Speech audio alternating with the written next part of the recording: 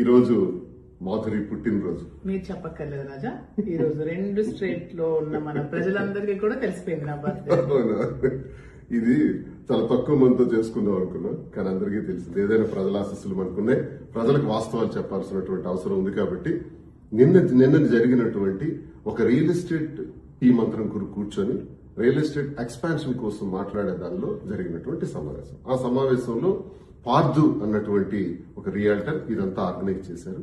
కానీ ఆయనకి తెలియదు ఆ ఫామ్ హౌస్ వాళ్లే లైసెన్స్ తీసుకున్నారు, పర్మిషన్స్ తీసుకున్నారని చెప్పారు వాళ్ళు. ఆయన అది క్యాజువల్ గా తీసేసుకున్నాడు.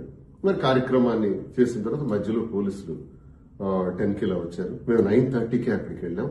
వాళ్ళు రావటం, అక్కడ చెక్ చేయటం, ఏవో బాటిల్స్ ఉన్నాయని, లిక్కర్ బాటిల్స్ ఫారెన్ ఉన్నాయని అని వాళ్ళు అడగటం, అవన్నీ కూడా చెక్ చేసుకోవటం. తర్వాత నన్ను కూడా వాళ్ళు చూడటం, చూసి సార్ మీరు ఇక్కడే ఉన్నారా, ఇక్కడ లైసెన్స్ లేదు, పర్మిషన్ లేకుండా ఇది జరుగుతుంది కాబట్టి మేము రావటం జరిగింది, ఇవన్నీ సీజ్ చేస్తున్నామండి అన్నారు. That's all. చాలా మంది పుట్టినరోజు అక్కడ జరిపామని, డిసెంబర్ 11 మాధురి పుట్టినరోజు కాదు, డిసెంబర్ 12 మాధురి పుట్టినరోజు, ఇప్పుడు పుట్టినరోజు జరుపుకున్నాం. ఈ సందర్భంగానే మరి అందరికీ కూడా ఒకసారి మీ అందరి ఆశీస్సులు ఉండాలని ప్రతి ఒక్కరికి, ప్రజలందరికీ, 2 రాష్ట్రాలు తిరుగు వారికి, దేశ విదేశాల్లో ఉండే ప్రతి ఒక్కరికి, తెలిసిన ప్రతి ఒక్కరికి కూడా నేను తెలియజేస్తున్నాను. అది ఆ లైసెన్స్ లేదన్న విషయం తెలియక మేము వెళ్ళటం జరిగింది. ఒకవేళ ఉందనే అనుకున్నాము, లేదు అని తెలిస్తే వెళ్ళుండే వాళ్ళమే కాదు.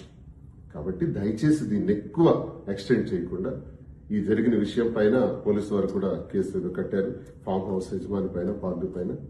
సో ఎటువంటి అరెస్టులు జరగలేదు. ఇదంతా అబద్ధం, అభూత కల్పన అని ప్రతి ఒక్కరికి తెలియజేస్తూ, ప్రజల కోసం నిత్యం పనిచేసే వ్యక్తులుగా క్రమశిక్షణతో ఎలా ముందుకు అడుగేయాలనే దానిలో మేము ముందుంటామని తెలియజేస్తూ, ప్రతి ఒక్కరి ఆశీస్సులు, సహాయ సహకారాలు ఉండాలని కోరుకుంటున్నాం.